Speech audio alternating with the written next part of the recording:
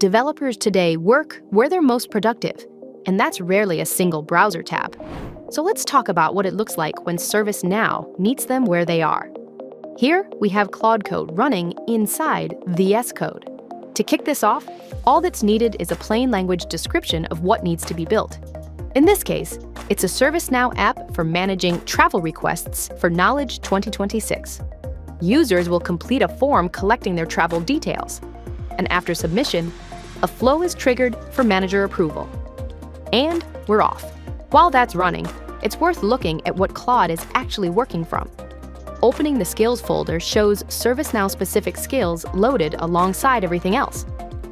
We have open-sourced these ServiceNow build skills to bring ServiceNow knowledge to coding agents like Claude Code.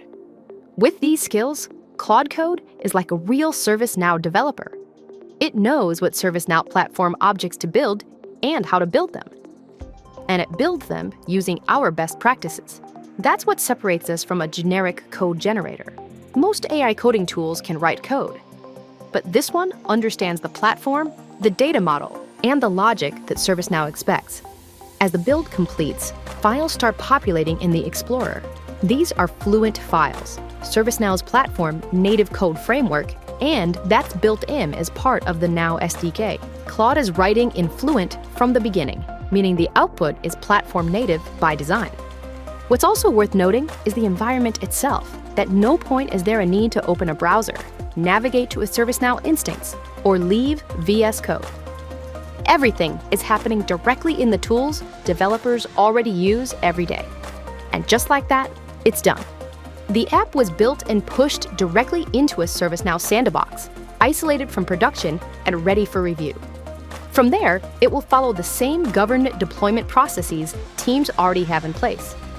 Now, let's look at what happens next once that app lands on the platform. Here we are inside ServiceNow Studio. There's our new travel app. And right away, we're getting AI-driven recommendations. Building the app is just step one. The next step is to make it autonomous. So let's take that recommendation to build an approvals agent to be used when the app is run. We'll use Build Agent to create an AI agent for this app. This will make the app not just something that responds, but something that can act in real time. We call this a runtime agent. And now you can see everything coming together. The agent's role, its instructions, and the tools it can use.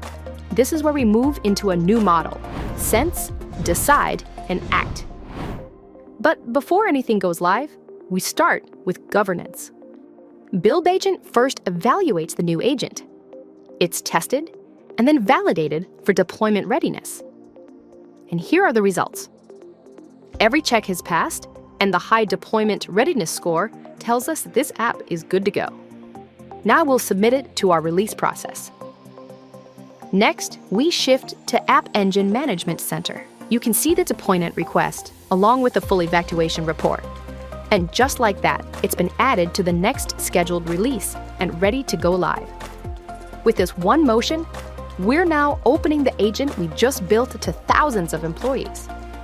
That's the future of autonomous enterprise AI. And that's what we're building right here on ServiceNow.